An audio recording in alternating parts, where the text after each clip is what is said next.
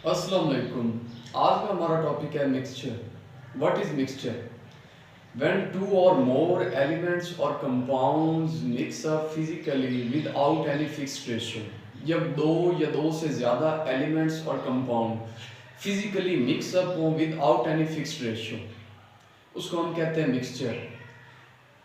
इसकी आगे two categories हैं। इसे टू क्लासेस में क्लासिफाई किया गया मिक्सचर को। Number one, homogeneous mixture. Homogeneous mixture में क्या होता है? होमो मीन सेम, इसमें कंपोजिशन यूनिफॉर्म रहती है through out. For example air, ice cream. Heterogeneous mixture, hetero mean difference, इसमें कंपोजिशन यूनिफॉर्म नहीं रहती through out. Example soil, rock. अच्छा, एक और बात, मिक्सचर के कंपोनेंट्स को हम सेपरेटेड कर सकते हैं बाय फिजिकल मेथड। किस तरह? फिल्ट्रेशन के जरिए, वेपोरेशन के जरिए। अब हम डिफरेंस को देखते हैं कि मिक्सचर और कंपाउंड के अंदर डिफरेंस क्या है। पहला डिफरेंस, सिंपल मिक्सिंग। मिक्सचर के अंदर क्या होता है? सिंपल मिक्सिंग होती है, जबकि कंपाउंड के अंदर केमिकल कॉम्बिनेशन होता है। Second one, not fixed ratio. Mixture के कंपोनेंट की कोई फिक्स्ड रेशियो नहीं होती, मसलन वो कभी बढ़ भी सकती है, कभी कम भी हो सकती है, जबकि कंपाउंड के अंदर फिक्स्ड रेशियो होती है, वो हमेशा उधर सेम ही रहेगी, वो चेंज नहीं होगी। तीसरी बात कि मिक्सचर को हम सेपरेटेड कर सकते हैं फिजिकल मेथड के जरिए, लेकिन कंपाउंड को हम इस तरह सेपरेट नहीं कर सकते फिजिकल मेथड के जरिए। मिक्सचर को रिप्रेजेंट करने के लिए कोई खास फार्मूला नहीं होता, जबकि कंपाउंड को रिप्रेजेंट करने के लिए हम केमिकल फार्मूले का यूज करते हैं।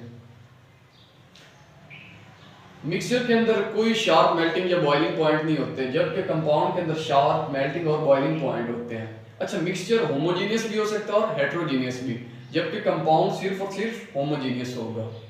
अब हम डिस्कस करते हैं कि एटॉमिक नंबर और मास नंबर क्या होता है।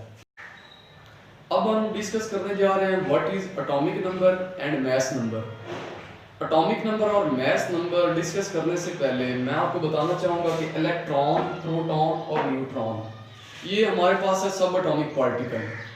इलेक्ट्रॉन के ऊपर नेगेटिव चार्ज होता है, प्रोटॉन के ऊपर पॉजिटिव चार्ज होता है और न्यूट्रॉन न्यूट्रल होता है। प्रोटॉन और न्यूट्रॉन ये न्यूक्लियस में होते हैं। प्रोटॉन के ऊपर पॉजिटिव चार्ज, न्यूट्रॉन न्यूट्रल होता है। इलेक्ट्रॉन इस पे नेगेटिव चार्ज होता है और ये शेल्स में रिवॉल्व कर होता है।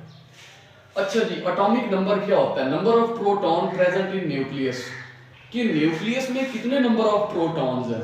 जितने नंबर ऑफ प्रोटॉन्स होंगे वो उस एलिमेंट का एटॉमिक नंबर होगा। फॉर एग्जांपल हाइड्रोजन के न्यूक्लियस में एक प्रोटॉन होता है, तो इसका एटॉमिक नंबर कितना हो गया? 1।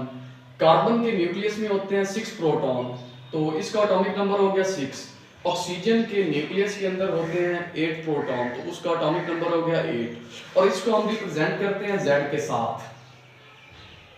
अब आ जाएं जी, हाँ जी, एक और बात, all atoms of an element have same atomic number, कि तमाम एलिमेंट का एटॉमिक नंबर सेम रहेगा। जबकि मास नंबर चेंज हो सकता है, एटॉमिक नंबर हर एलिमेंट का सेम रहेगा। अच्छा, मास नंबर क्या होता है? What is mass number?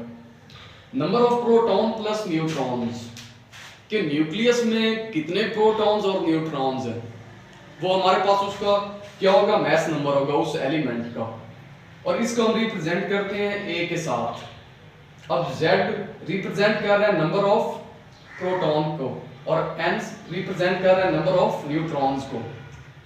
For example nitrogen है, इसके न्यूक्लियस के अंदर 7 ही प्रोटॉन है और 7 ही न्यूट्रॉन है, तो इसका मास नंबर कितना हो गया? 14।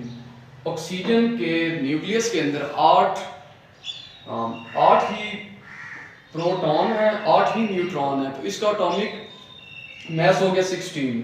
हाइड्रोजन के अंदर एक प्रोटॉन है, न्यूट्रॉन इसके अंदर 0 है, तो इसका मास नंबर 1 हो गया। अब मिलते हैं आपको इंशाल्लाह नेक्स्ट लेक्चर के साथ। शुक्रिया।